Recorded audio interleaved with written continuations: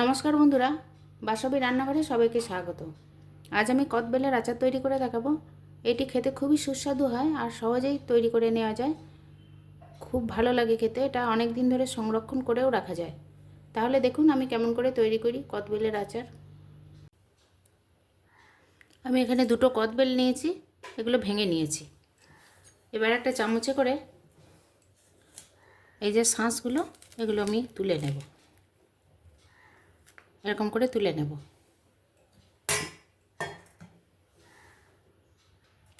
বেলের শাঁসগুলো তুলে নিয়েছি। এবার আমি হাত দিয়ে মাখছি, হাতটা ভালো করে পরিষ্কার করে ধুয়ে নিয়েছি। হাত দিয়ে ভালো করে একটু এরকম করে চটকে নিচ্ছি।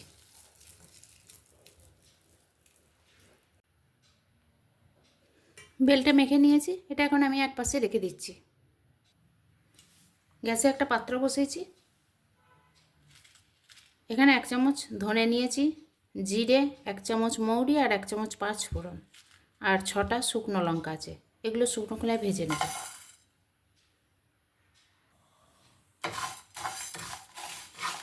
গ্যাসের ফ্লেমটা কমিয়ে দিয়েছি, দিয়ে আস্তে আস্তে করে একটু শুকনো খোলায় ভেজে নিচ্ছি।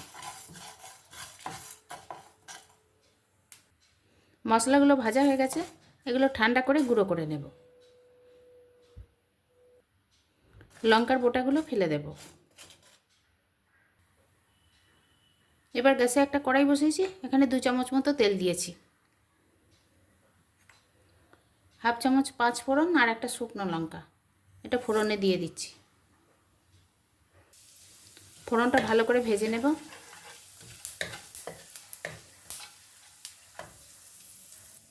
ফোড়নটা ভাজা হয়ে গেছে, এবার এই যে মাখা কদবেল এটা দিয়ে দিচ্ছি।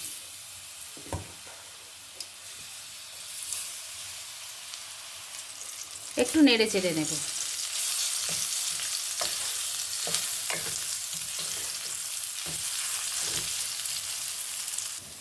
দু মিনিট মতো নেড়ে নিয়েছি। এবার গুড় দিচ্ছি। আবার একটু নাড়ছি।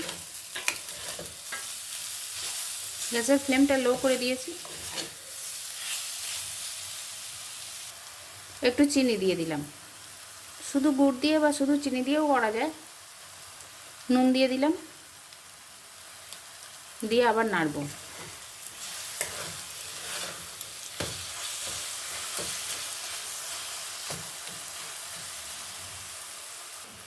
একটু হলুদ দিয়ে দিলাম।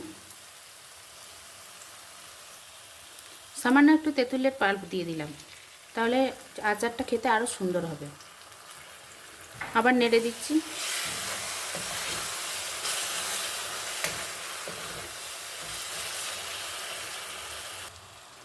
একটু বিট নুন দিয়ে দিলাম, খেতে টেস্ট হবে। গ্যাসের ফ্লেমটা পুরো লো করা আছে।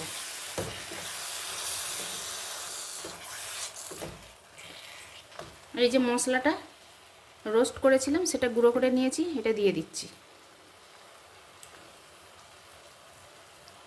আবার ভালো করে মিশিয়ে দেব। নুন মিষ্টিটা নিজেদের মতো করে দেবেন।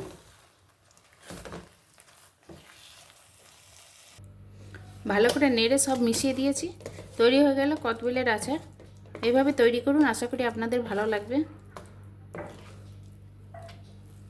এবার একটা পাত্রে তুলে নেব। তৈরি হয়ে গেল কদবেলের আচার। এইভাবে তৈরি করুন, আশা করি ভালো লাগবে। আচারটি খেতে খুবই সুন্দর হয় আর সংরক্ষণ করেও রাখা যায়, ফ্রিজে রাখলে অনেক দিন থাকে।